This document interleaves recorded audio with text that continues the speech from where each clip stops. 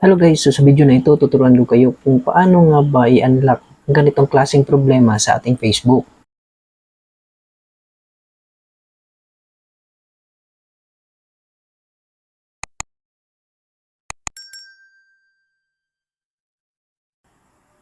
So ang nakalagay po dito guys is, your account has been locked. So ibig sabihin, nakalock po ang ating Facebook. So hindi po ito makikita ng kahit na sino kasi nakalock po ito. So ang nakalagay po dito is, we've seen unusual activity on your account. This may mean that someone has used your account without your knowledge. So hindi po ibig sabihin na ito ay na-hack.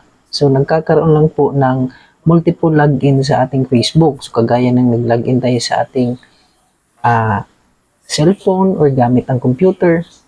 So nandito nakalagay is account lock on December 15, 2024. To protect you, your profile is not visible to people on Facebook and you can't use your account. So ito na po yung sinasabi ko na hindi po makikita ang ating account sa ibang mga friends natin sa Facebook.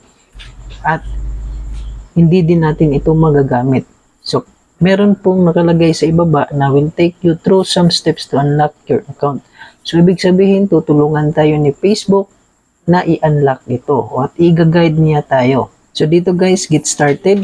Tapos, may nakalagay na how to unlock your account. Confirm that this is your account. Tapos, next lang natin ito because someone else may have had access. We need to confirm that you are the owner of this account.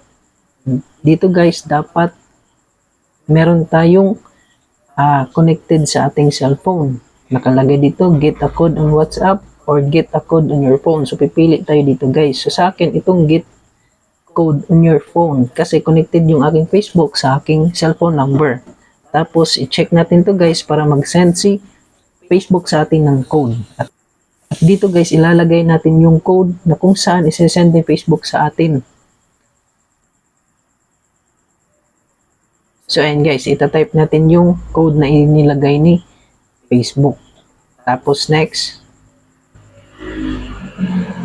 Tapos, dito guys, meron nakalagay na secure your login details. Click all the email address and phone number nyo. Tapos, next lang dito guys. So, kayo nang bahala magbasa at i-guide tayo ni Facebook dito. Click yung next. Pagkatapos guys, may nakalagay secure your login. Here's a list of the contact details in your account. So, next lang natin dito guys.